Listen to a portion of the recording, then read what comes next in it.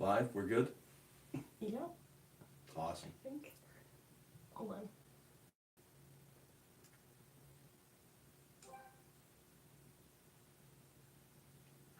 All right. Hello, everyone. We are back for our Oscar preview. I know it's been a year and you've been waiting this whole time. I am Joe Baris. I'm here with Tamara Dunn. Hello. And Rebecca Kivak. Hi. So we're just going to go ahead and jump right in it here. We're entering the Oscars, and there is no host. There is actually. Did that change yet? Because everything is just It's still no is- host. yeah, still no Yep, host. haven't gotten any alerts. There's just so much going on with this production. Tamara, what do you think? What do you think's going to happen on Sunday? I am hoping that we did not get what happened in 1989, which was the last time there was no host for the Oscars. We had the infamous Rob Lowe and Snow White duet that was not very well received. You can check out those clips on YouTube. So I'm hoping that that doesn't happen. What I do look forward to is seeing a live performance of Lady Gaga and Bradley Cooper for Shallow, and I think Bette Midler is going to sing for the song from Mary Poppins Returns. So those are parts that I'm looking forward to, and I am hoping that we get a 3-hour telecast, even though even this morning a producer said that was not going to happen. But I'm really looking forward to how they're going to try to pull it off. Right. It's not only do we have such a show that we do not know what's going to happen, we really don't have any front runners or anything that makes this a very predictable show. Right, exactly. And Rebecca, what do you got? You know anything to add? I am really surprised by the whole no host situation. Yeah. What I was wondering is if because there's no host, maybe they would actually get rid of some of those filler bits that they like to do in between the awards. Like I know last year Jimmy Kimmel had like the tourist group come in. Right. And the thing is like some of those bits are entertaining, but some of them aren't. And like they're not essential to the structure of the show. Right. So if the Academy's looking for a way to trim down the Oscars broadcast, I think you can definitely lose those bits but still keep the integrity of the show. Right, exactly. And the thing is, I really like the Oscars, so it's just like when they're talking about like these time constraints and removing categories, and obviously they've re-added those categories, thank God. Yes. You know, it's just like for people like us, I mean, we've seen everything, we enjoy the show. It just so much more when you know everything in every category essentially. But I understand that they're trying to, you know, the numbers are down. I think they were like the lowest ever last year. You know, I understand what they're trying to do, but I think the steps that they've taken, I don't see anything helping these, you know, removing, adding, it's just show length. I don't know if any of that's really gonna help. So I agree. I think I'm interested to see what's gonna happen on Sunday. Anything else about the Oscar woes before we move on to the actual categories? I think this year, probably going in, that the Oscars can probably learn from the other award ceremonies that happened this year. In fact, it has no host a great deal of other shows like the Golden Globes, this past Writers Guild Awards that happened last night, and a lot of the other guilds have gone for, have asked women and people that are underrepresented in Hollywood to host, and those have been very successful. Whereas it seems as though Oscars have been trying to find like the biggest star to host, and they're too stressed out or too busy or too controversial to host a show themselves. So hopefully after after what happened Sunday, we don't know, but we can learn from all of this. Yeah, absolutely. Rebecca, do you have anything? Yeah, just I actually have seen an abbreviated version of the Oscars. Last year when I was in Ireland, because of the time difference, they showed the Oscars broadcast the day after it aired in the U.S. They cut it down to an hour and a half. Which was kind of crazy. Yeah, you basically had like a bare bones version of the Oscars. Yeah. So I've seen that. They were able to get in all of the awards. They had to trim down some of the technical categories, But basically, the main thing they cut out were the song performances, which I don't think they should do that here. They Right, absolutely should right. have all of them in. That's a huge part of Yeah. the show. It's a big category. But they did, speaking of the filler bits, they did cut all those out, and I don't think it took away from what the show was. Wow, So. and it was an hour and a half. Hour and a half, yeah. Wow. I'm still kind of in shock I, over it. I can't even imagine. Mhm. We'll only be like 4 awards in by Right. an hour and a half. So let's talk about the actual Best Picture category. Bohemian Rhapsody, The Favorite, Green Book, Roma, A Star is Born, and Weisz. Just to start it off, Tamara, what do you think of the nominations in general? Do you think they got it right? I do think of, as far as like the movie going public, as well as getting the ones that are critically acclaimed, I would say about 5 of them are right. Yeah. Because you have your blockbusters, Black Panther, Bohemian Rhapsody, and A Star is Born. Those alone had more box office draw than almost everything else combined. And you have such a variety of different movies as far as platforms, as far as genres. Because you have Roma, that is, I mean, Netflix was starting in June, was still in the doghouse, according to like all the movie industry and stuff of what they were doing. I mean, they couldn't show a film at Cannes, and now they're up for a Best Picture for Roma with what they were able to play ball with the rest of the with the group, I would say. I mean, there are some that I'm disappointed that are not there, like If Beale Street Could Talk, Mhm. Eighth Yes. Grade, some smaller movies that not only should have been in this category, but some other categories as well. But overall, I think they did make a good balance between what people like. I mean, more people have probably seen these movies than definitely last year, because I think last year, like, there was only like one movie that made over $100 million. Right. So, Exactly. and from a Hazleton point of view, still, even with these 8, only about half of them were in the theaters there. Oh, my So, I mean, yeah, you know, above I-80, you were able to see all the movies, but below, not really. So. Right. And I think honestly, there's a pretty, like you said, there's also diversity within the characters, within the stories. You know, you have the black characters. You have Black Panther, which is actually an entire black cast except for a few. You know, you have gay characters, you have female characters. I think there's a nice balance within this best picture category. But Rebecca, what do you think of the nominees? I think you have a good balanced mix of kind of genres that are represented too, Yeah. actually. Yeah. We have a historic first here. Black Panther is the first comic book film Right. nominated Woo! for Best Picture. Yes. So I'm a huge fan of comic book movies. I am so glad, and I think this movie is very deserving of the Yeah. accolades that it Yeah. is receiving. It's also Black Panther Day, that this is the day that it debuted and, you know, killed the box office. So Nice. for a movie to have that much of a draw for a year Yeah, is, seriously. it's Yeah. remarkable. Yeah. Yeah. Even last year, like before we got into when we did our video last year, we gave you guys just a little snippet of movies we had seen. We all had seen Black Panther, and we all really Yeah. liked it. So the fact we're still talking about it a year later, like Tamara said, just wow, the staying power of this film. It's amazing. I almost forgot that it came out this year. Like, and then the nominations started rolling around. I'm just like, oh my God, Black Panther. It's just, you rarely see it. I mean, this is last year's Get Out. I mean, Get Out came out around the same time as Black Panther did. So I think that is one of the strong films. Black Klansman for me. The Favorite is very strong. Roma is strong. And A Star is Born. And I don't know if those are your 5, but I think those are my 5 that are the best in this category.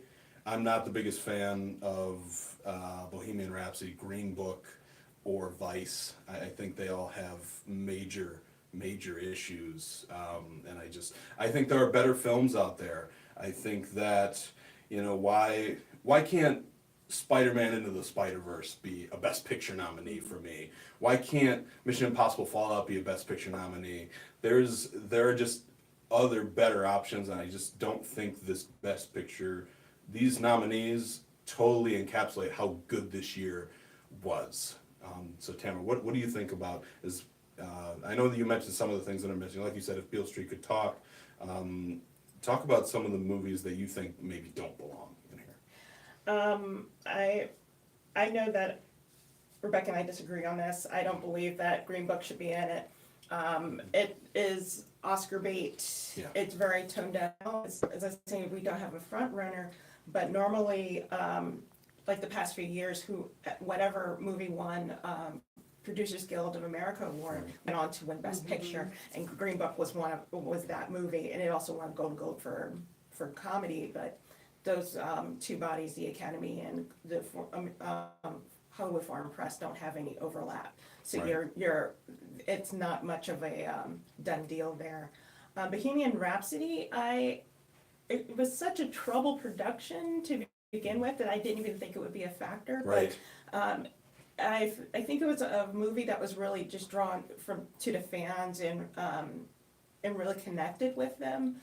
So I mean I would not probably have picked it in the field, but I can understand why it's there. I mean it does have its appeal and it does draw you in. Right, and it does have a great leading performance, which we will get to. Rebecca, what do you think? What doesn't belong, or anything else you want to say? I'm gonna pick on Weisz here, Yeah, actually. yeah. When I first saw Weisz, I was very confused about it because I felt like I could have written one review talking about how excellent it is, and I also felt like I could have written another review talking about how majorly flawed it is. And It's true. the It's more true. I've had a chance to think about it since seeing it, I'm leaning more toward the flaws, honestly. Yeah. This is this is Adam McKay's chance at a political satire. He followed up The Big Short with this, which was a financial satire. That was much better done. That was much more consistent in tone. And I don't think that Weisz it doesn't strike a good balance of comedy and drama the way it thinks it does. I do think the editing is pretty fantastic in this movie. Oh, sure. Yeah. So I could see it doing something with the editing category. But if you're going to compare this film to the other films, I don't think this film is consistently good. Right. So. Right. I totally agree with that. And I know I've talked about a theme, but, you know, The Big Short was an incredible film, and Weisz just wasn't there. So, like, to have Weisz in this category, it's weird to me because it's just like, okay, well, he's made a better film, which is essentially the same kind of film. So why are we awarding him for this with a nominee? Also, I don't want to pick on If Beale Street Could Talk because I think it's an excellent film, and I actually think it does belong in this category. But at the same time, Moonlight is a better film.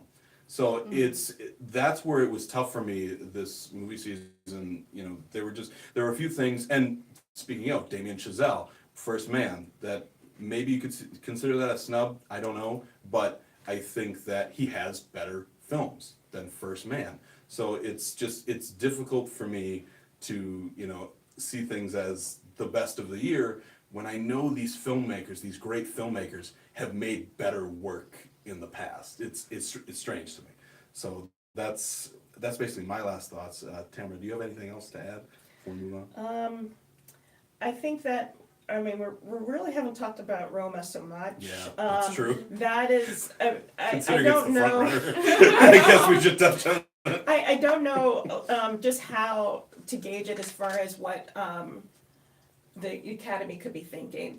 You could have old school where it's saying, well, this wasn't in the theaters, this is a Netflix movie, this is something Right. that you just watch on your phone. It's That's not true. worth it. But I'm also looking at Alfonso Cuarón, who has made, this is his personal film, and Yeah. of the three amigos with Del Toro and Vitrigo, they've won off of more of like I would call mainstream movies Yeah. than of their hometown movies. And I would love to see a foreign language film win Best Picture for once, one that's black and white that he did so much technical work for, because I mean he's nominated for just everything that he's done for this movie. Yeah. And for just bringing in a new style of movie making and movie storytelling that is going to the masses and not being lost on well, you have to travel 40 miles to go see this. Yeah, I'm the crazy one that drives. you Still. are. I saw that. Still. Picking up movies on red boxes and everything. Yeah. So yeah, I guess real quickly, my problem with Roma is that it takes a while for me to get engaged in the film. But once it does kick into gear, it's great. I think the last hour of that film is great, and I think that it's beautiful throughout. I don't have any flaws with it except for, I hate to say, the story and how long it takes me to get engaged. So I think it's a matter of, engagement, essentially, in my opinion. Rebecca, what do you think? I feel the exact same way about Yeah. Roma. I had Yeah. a really hard time getting into the first half of this film. I actually had to stop it in the middle and take a break because Me too. I was worried I wasn't Yeah. going to appreciate this film the way the other film critics were appreciating it. And Right. I'm honestly really glad I took that step because the second half is where the story really comes together and streamlines. Right. That's when I began caring about the characters. I was sucked into the emotional scenes. I think Cuarón's greatness comes through. I mean, his craftsmanship is evident throughout the film, but it really comes through in that second half of the film. My concern here is that Roma is taking the glory off of Black Klansman, which I Yes. think is a really excellent film. Yeah. I didn't get to see it in 2018. I saw it kind of like midway through January. Had I seen it earlier, I would have included it as one of the best of the 2018 films. I think that film achieves the balance between drama and comedy that Weisz was going for. I think this is a really powerful film, and I'm just worried it's not going to be mentioned in this conversation. That's a great point. Did you have something? No, I was actually going to save it for best director. Okay, Right, yeah, so. we could do that. So let's move on to best director. Speaking of Cuarón, Spike Lee, Yorgos Lanthimos for The Favorite, Adam McKay, Weisz, and Paul Palakowski's. This is a pretty interesting field, honestly. Let's start with you, Rebecca. What do you think of the best director? This is a really interesting field. Like, I think there's a lot of risk-taking directors in this field. You have Spike Lee, who has always been taking chances and been daring. You've got Adam McKay trying to follow up, like we said, The Big Short. Unfortunately, I didn't get to see Cold War because it never came to our area, and Right. it's not available on streaming. And it won't be available for another month. Right. So that's a bummer because it's also nominated in the cinematography category. It's also nominated for best foreign film, and I'm not going to be able to see it before the award show. Right. But I know apparently Paweł Palakowski, he's a Polish filmmaker. Apparently he and Alfonso Cuarón were very they influenced each other. Cuarón encouraged Palakowski when making this film because it's based on the 1950s era romance of his parents, actually, which is pretty cool. Yeah, that's awesome. So with that said, I really like what Spike Lee accomplished with Black Klansman here. This is his first ever nomination for director, which blows Which is my crazy, mind. right? It's Yes. crazy. It's insane. And he's very deserving of this nomination. I also think it's interesting it comes 30 years after he was snubbed for a directing nomination for Do the Right Thing. Yeah. Same year to Dragging Miss Daisy. Right. Nominated, and here we go again with Green Book. With Green Book. History repeats itself. And that's it. So, Tamara, what do you think? I think it goes down to Cuarón and Spike Lee. Yeah. And the reason why I wanted to talk about both of them is that they're also competing in the screenplay categories. Cuarón's on cinematography, also producing, which also Spike Lee is competing in as well. And looking also at the guilds, Cuarón won for Directors Guild of America. That's usually indicator of who's going to win the Oscar in that. But with the Academy being talking about race or age, but just a membership of different people are in, there are more people like Spike Lee to win the directing Oscar. It's like just starting from Cannes when he won when Black Klansman won second place there, losing to Shoplifters, that's nominated for Best Foreign Language Film.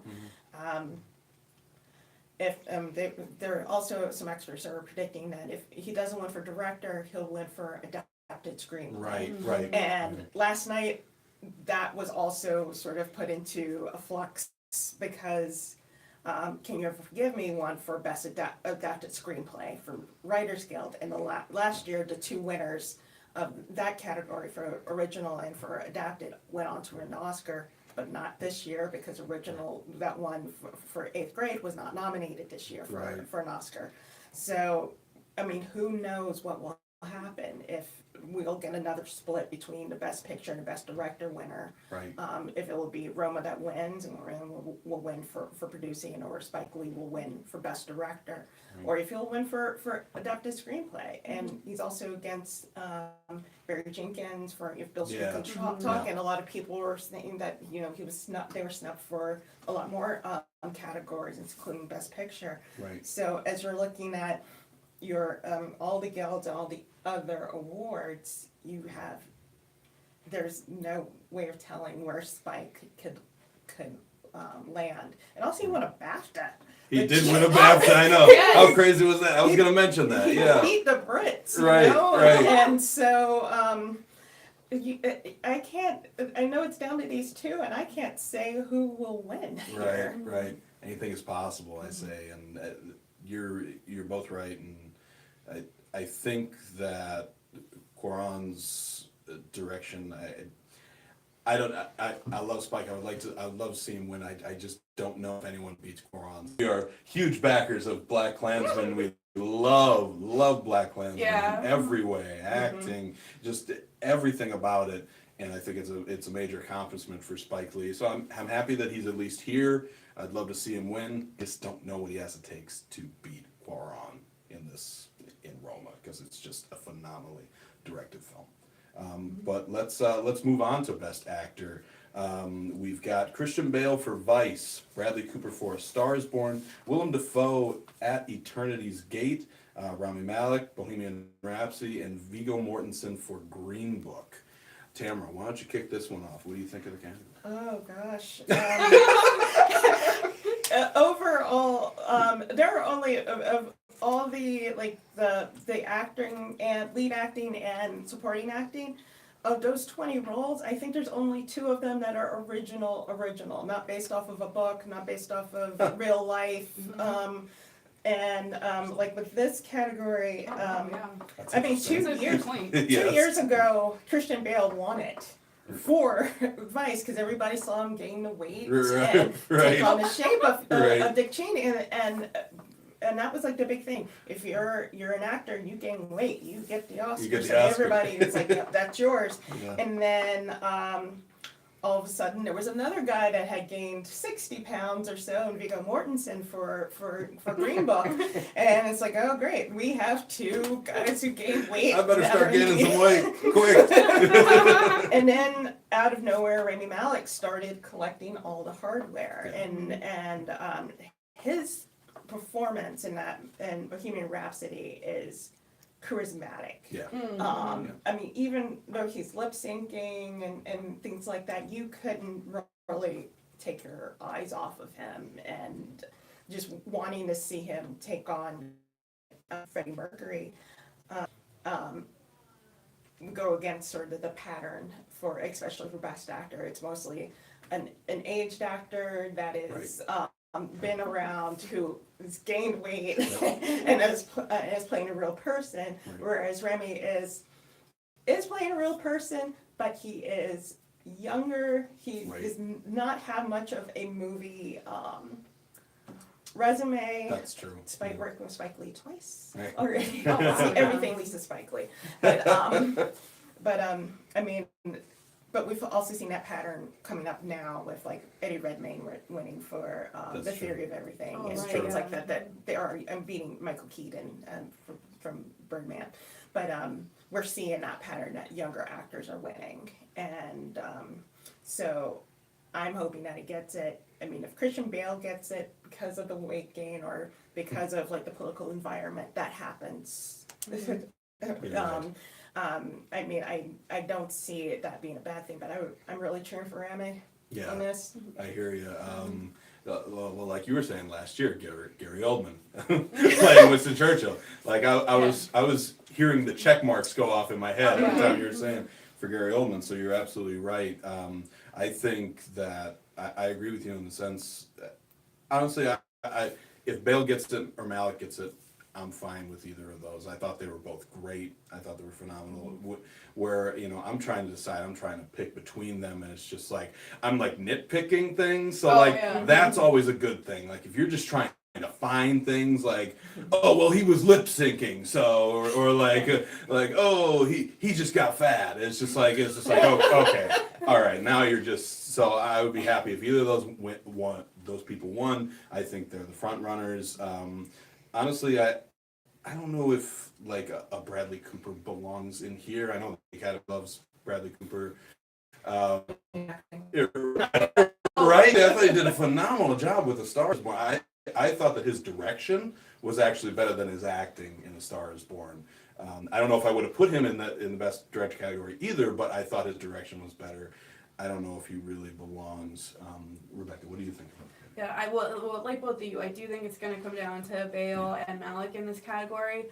I actually think that as good as Christian Bale is in Vice, like he completely transformed himself to become Dick Cheney.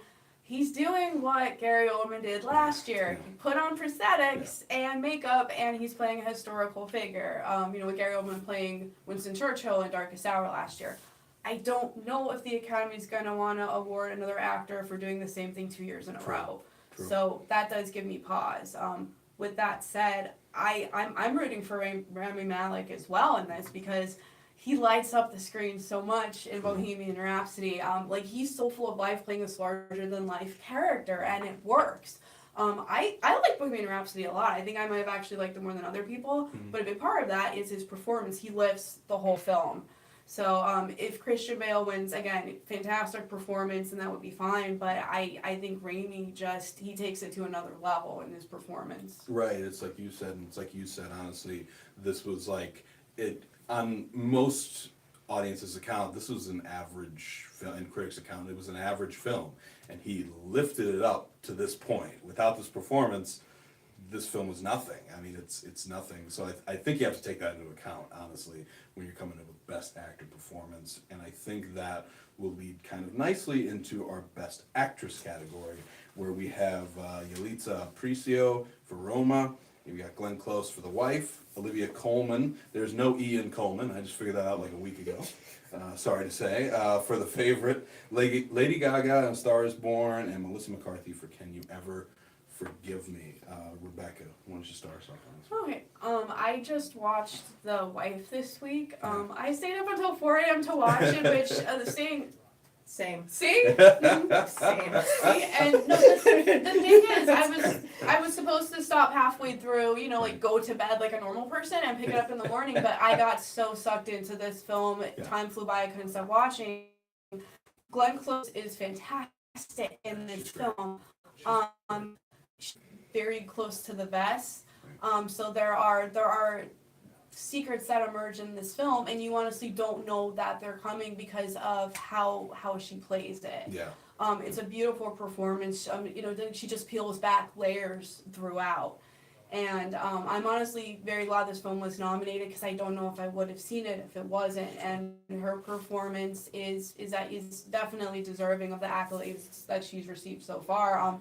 I don't think anyone expected her to really be picking up the hardware. I know there was a lot of emphasis on Lady Gaga and her breakthrough performance in A Star Is Born, but after seeing Glenn Close here, it's an amazing role. I'd say it's probably one of her best roles. Right, and I think, speaking of Glenn Close and The Wife, again, I don't think this is a great film, but I think it's probably average without her, but she elevates it to good. I think that there are a lot of, I think that you would also get a lot out of it if you watched it again, and of her performance, because there were a lot of things that were happening in the first 45 minutes that I was just like, why is she reacting like this? Why is she... It didn't make sense to me, but as the film goes on, you start to understand why she was making, her nonverbal communication, her facial expressions. And I think that if you watch it again, you'd be like, oh my God, I think you would even get more out of it. So I thought that she was spectacular. I think that I was really happy to see that Yalitza Aparicio was nominated for this because she was excellent. And she hasn't been getting any love from anybody. And I was so shocked that she hasn't, because when I watched Roma, she is phenomenal, honestly.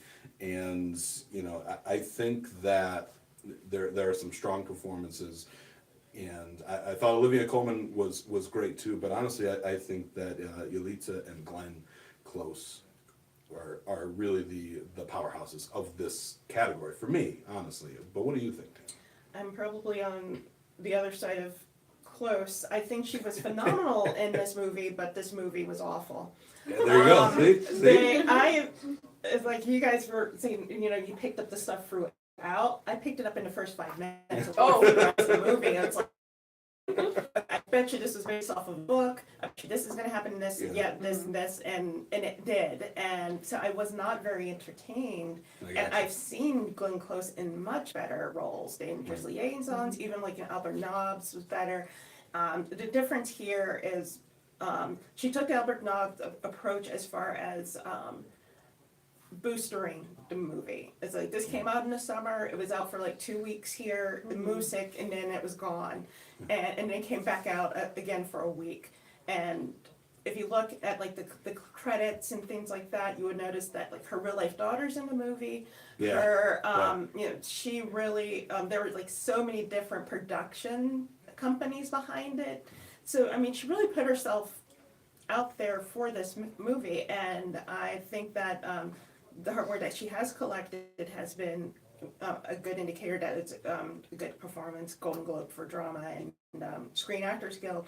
But Olivia Colman does phenomenal physical work That's true. in The Favorite, and that and rarely does actually a woman who gains weight for a role win an Oscar. It's usually a young woman who is either playing like some sort of troubled person or somebody that's very likable or has gone through adversity will get the Oscar, or is a prostitute.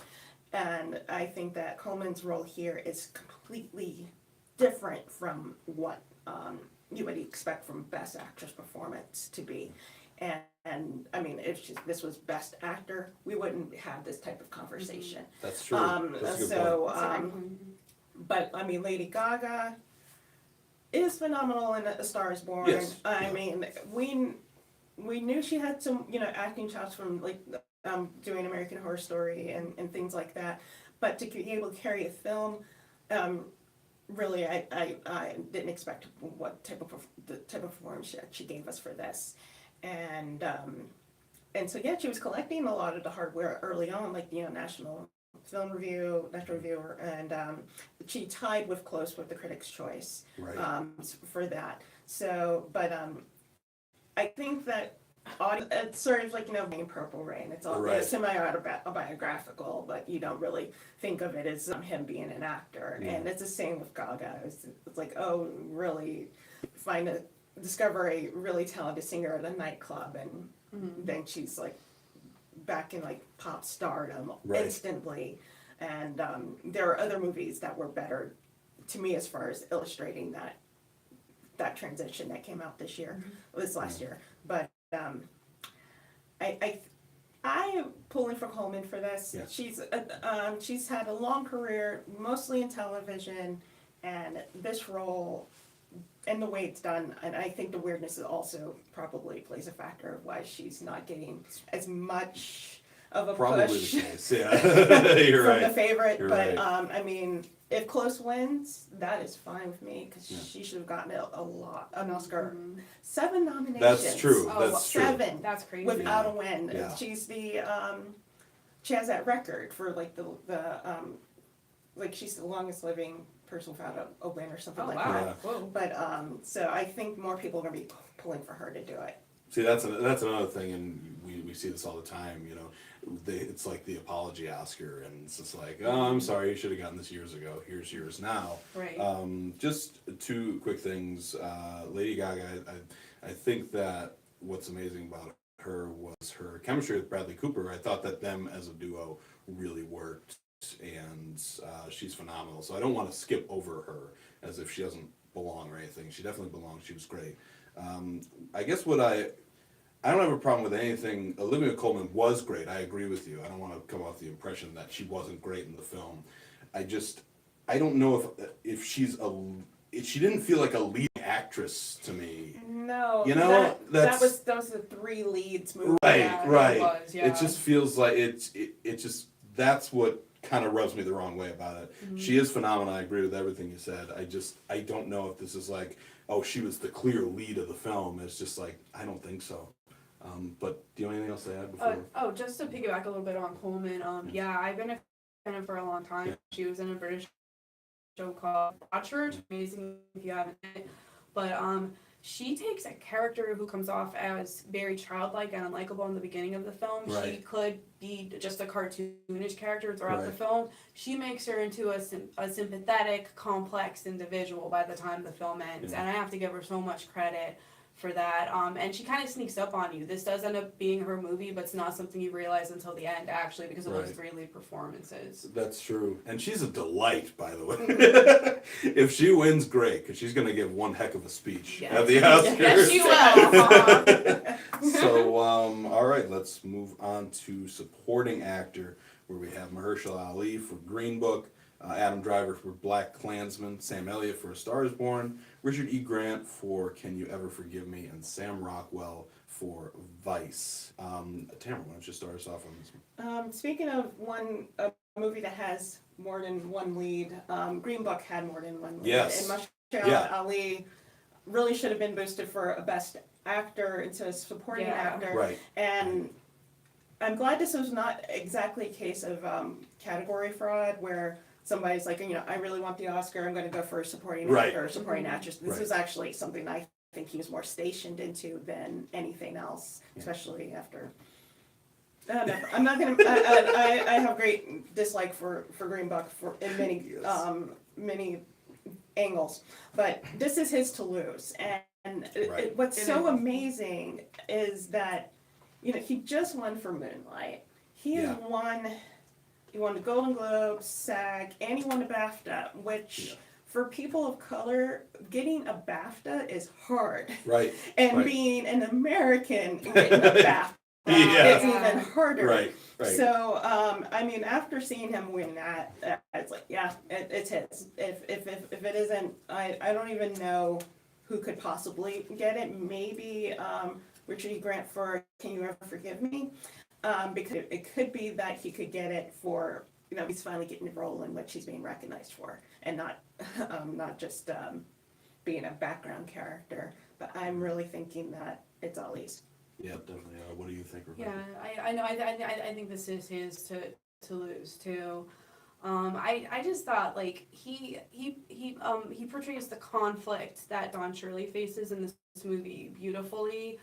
There's this scene. I'm just gonna quote the line from it because that's something that really stuck with me. Where the movie depicts him as having a difficult time of connecting with the Black community, Right.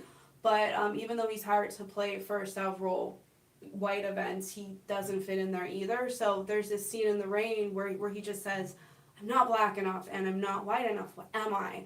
And that just resonated with me. I think I actually teared up a bit during that part of the movie. Yeah. So he does a beautiful job in the movie.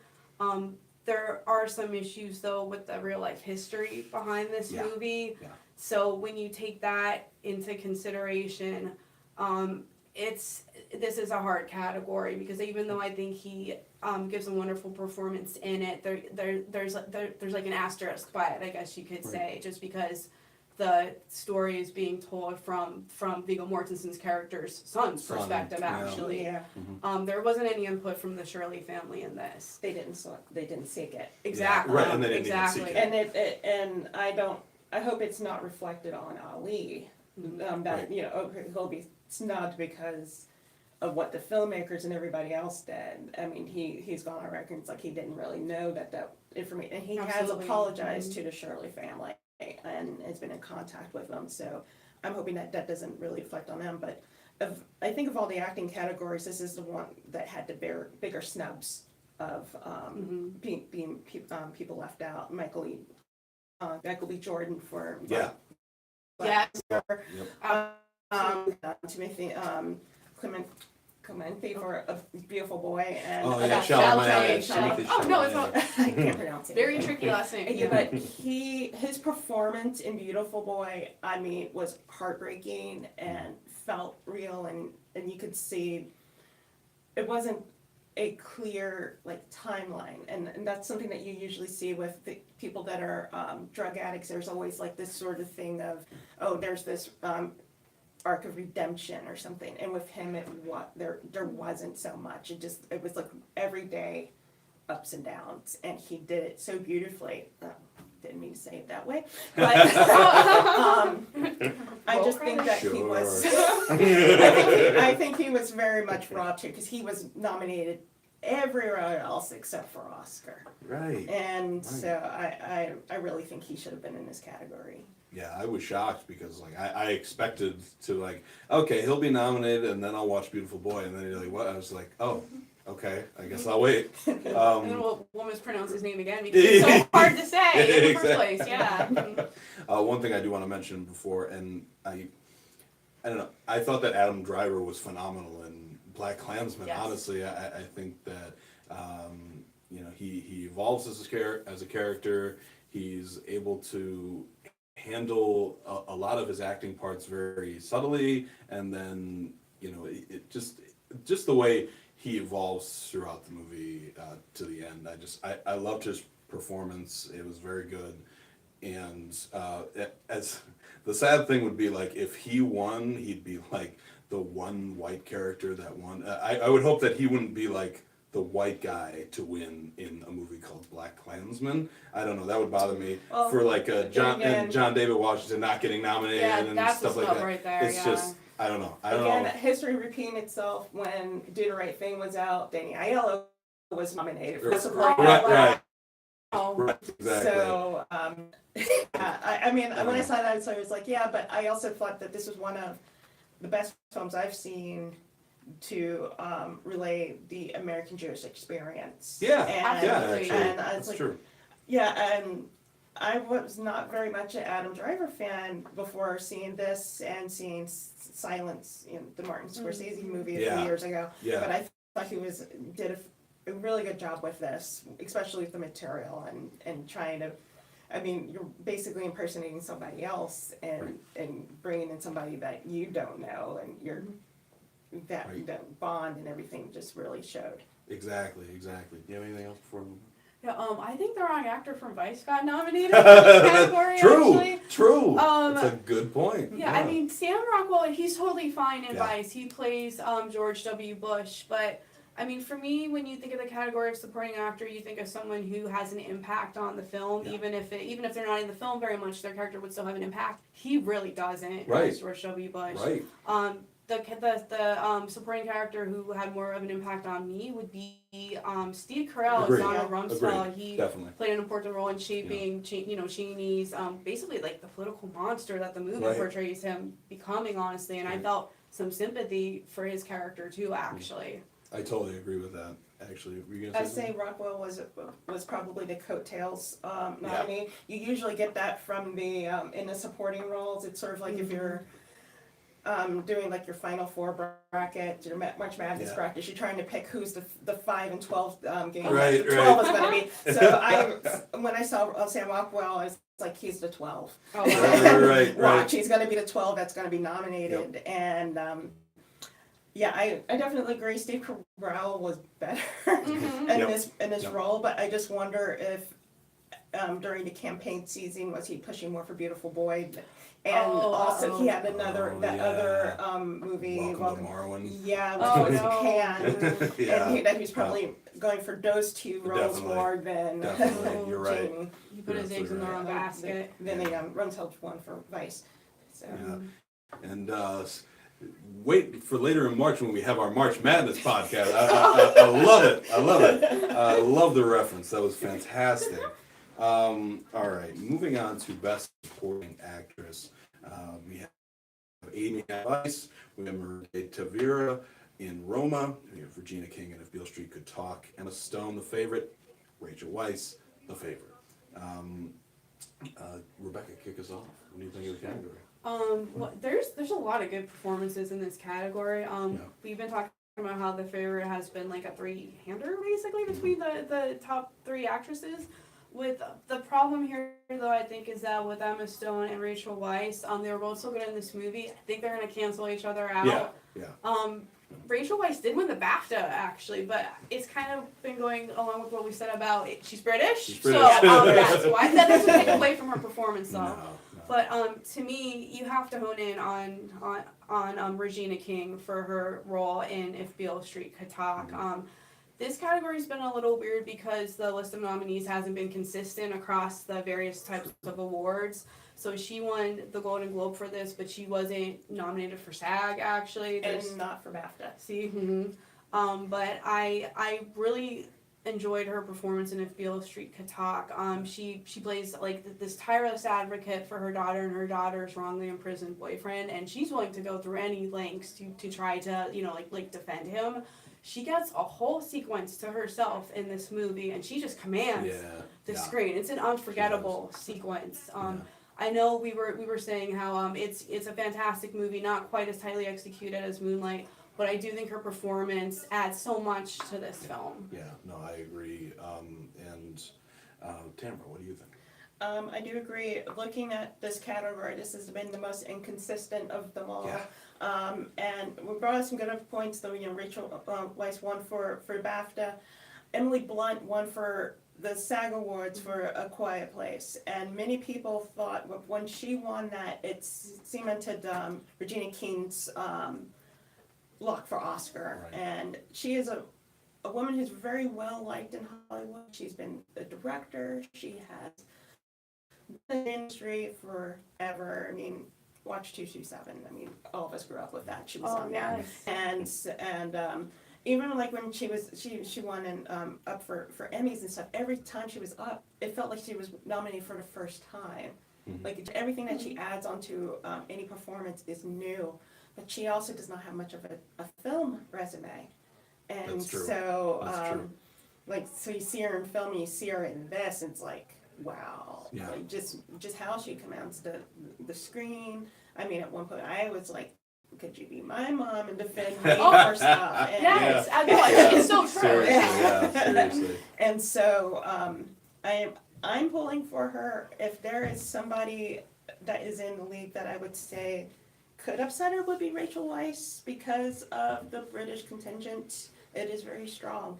But and I think of the between Rachel and Emma, Rachel had the stronger performance. I agree. I agree. And I mean, she did go through hell. Yeah. And so I mean, I would say that would probably be the upset, but she also already has an Oscar.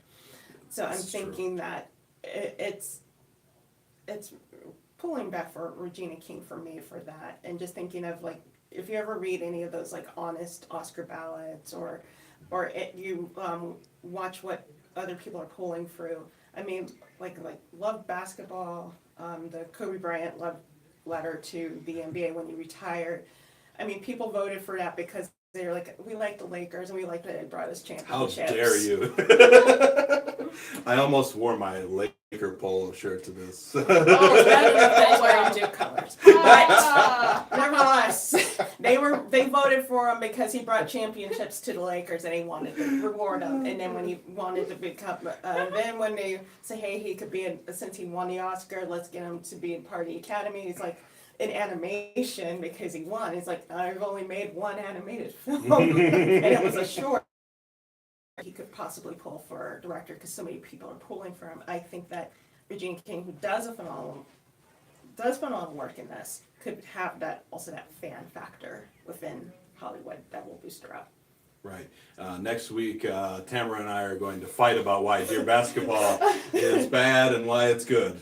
Point and counterpoint. Anyway, just to talk about Regina King, the only thing that scares me, I think we all agree that she should probably get it, but the thing that scares me is that, like, I just feel like she hasn't won anything lately. I feel like she started off and she was cruising, and then, like, she doesn't get nominated for one of the, for a couple of times, and it's just like, oh God, can they forget about her? Like, that's my fear. I don't know if that's going to happen. Like, probably not, but I don't know. We got Amy Adams here who's been nominated. Well, this is like her that's true. sixth, maybe Speaking her of, sixth nomination. And I mean, there's still talk that like of all the 8 Best Picture nominees, there will be one that wins nothing, and it could either be Black Panther or it could be Weisz. Right. Right. I'm thinking Black Panther would not be that because there are a great deal of technical ones that it's won through the guilds, so that will power it through. But Weisz could come empty-handed. Yeah, I can see that. It could win for makeup and hairstyling, but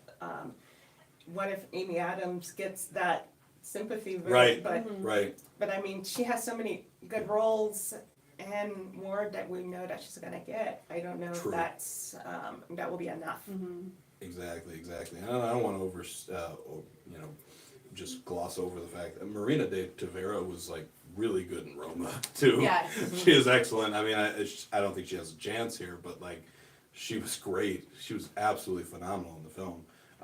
Rebecca, do you have anything else before we kind of move on? No, just like despite the issues I have with Roma's first half, the performances are phenomenal. Yeah, And when you really did a phenomenal job, and I definitely became more connected to them throughout the movie. So I'm really glad to see them get some recognition in these categories where they didn't for other awards. Right. All right. So let's try to sort of wrap it up here. I just want to mention that I think the animated feature category is really strong this year. I think with Spider-Man Into the Spider-Verse, Ralph Breaks the Internet, and The Incredibles 2, I really loved all those films and wouldn't have a problem with any of them winning. I think the one that stands out is Spider-Man Into the Spider-Verse.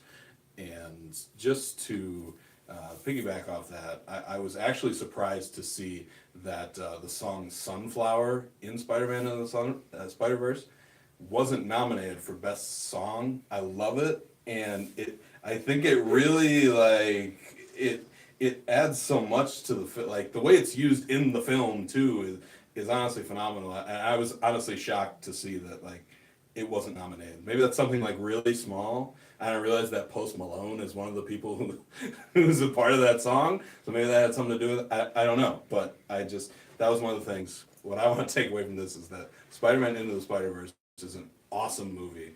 And I wish it got nominated for Best Picture. Anyway, Rebecca, anything you got? Yeah, like this is a really strong category. You could make a good argument for either Ralph Breaks the Internet or Incredibles 2 coming in and stealing this. Just Ralph Breaks the Internet. It so cleverly addresses the internet. It makes it accessible to kids, and it's such a powerful story about friendship. I liked it so much. Then I saw Spider-Man Into the Spider-Verse, and that completely won me over.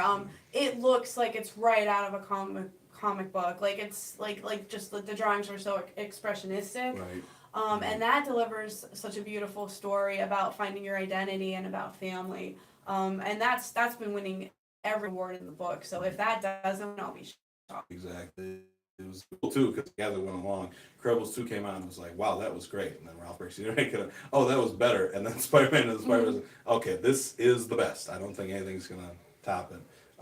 But I know you didn't like Incredibles, is that correct? I didn't like the original, Okay. but I loved Okay. Incredibles 2. Yeah. Cool. That was, Cool. Nice. That was a big surprise. Isle of Dogs, I did not like so much. I'm a big Wes Anderson fan, and my favorite is the Fantastic Mr. Fox of It's his. an excellent. And this was Excellent. not even, to me, was not very close to it, and it was more of like fanboy trying to replicate some of the greatest Japanese movies, and it just didn't work for me. And I did not think it was, it employed in a lot of the elements right. It didn't fit well with me. I will just take your word for it on the Spider-Man Into the Spider-Verse. I just feel really bad that I will not see this because of my arachnophobia.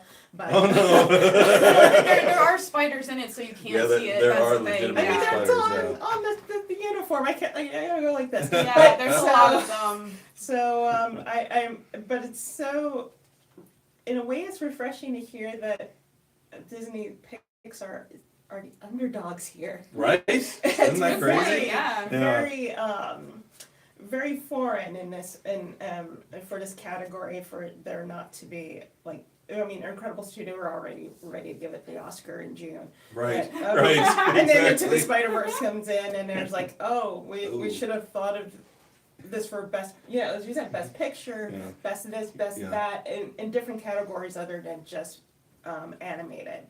And I mean, hopefully, so if if it wins, it will wake up more, more Academy members and more moviegoers and stuff that, you know, a cartoon is not just a Right. cartoon, it can be Right. more than Absolutely, that. yeah.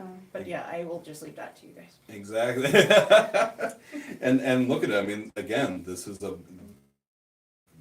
another black-led superhero movie. The main character Yes, is a absolutely. black man, well, black boy, but it's Black just Latino. right. So it's just it's incredible to see that like these first superhero movies essentially to get are led like that. That's really Absolutely. refreshing to see. Before we wrap up, is there anything else about the Oscars that you want to talk about? Not really. Yeah, Actually, I think we did a pretty I think we fell over. How job. about you, Tamara? We'll just have to wait and see what happens on Sunday. Right. Got your popcorn ready? Yeah. Also, this coming Sunday, we have our official Oscar picks. I will have my preview for the standard speaker on Sunday. So you can check out what my predictions for the major 6 categories. Hopefully I'll do better than 5 and 6 as I did last year, but still, you'll have that. And also later this week we'll have the last of the Road to Gold post for Take Two on the blog. Right, exactly. And you'll be able to see our picks Yes. this Sunday in the Times-Tribune. Please pick it up. You'll see everything I get wrong and everything Rebecca gets right. Or vice versa. Right. I want to at least mention here that you still have time to pick the Oscars. Right here. Right here. To enter the Times-Tribune, you pick the Oscar contest. Choose who you would think will win in the categories listed. They're actually the categories we discussed, so that's good. The winner will be chosen following the 91st Annual Academy Awards presentation on February 24th. And you will receive 4 tickets for Broadway Theater League's presentation of The King and I in March at Scranton Cultural Center at the Masonic Temple. Enter by Friday for a chance to win the tickets. You can enter online, theTimesTribune.com/Oscar contest. You can also mail your completed form to the Times-Tribune Oscar Contest, 149 Penn Ave, Scranton, PA, 18503. You can drop it, or you could drop it off at the customer service desk at the Times Building downtown. Anyway, now that I'm out of breath, Rebecca, Yeah. where can they find you and Oh. everything for us? Well, you can find Roma and I at our Take Two blog, which is on Times-Tribune blog/Take Two. And if you want to know what we think about the ceremony next week, Yes. be sure to come back to the Scranton Times-Tribune and the Hazleton Standard Speaker YouTube channels next Monday, because we are going to have an Oscars wrap-up, actually. We're going to go over the winners and the losers. Plus, if you enter the Oscar contest that Joe just talked about, Say. yeah, well, you might hear us say your name because we're going to be Right. announcing the winner next May week. announce the winner, so there's that.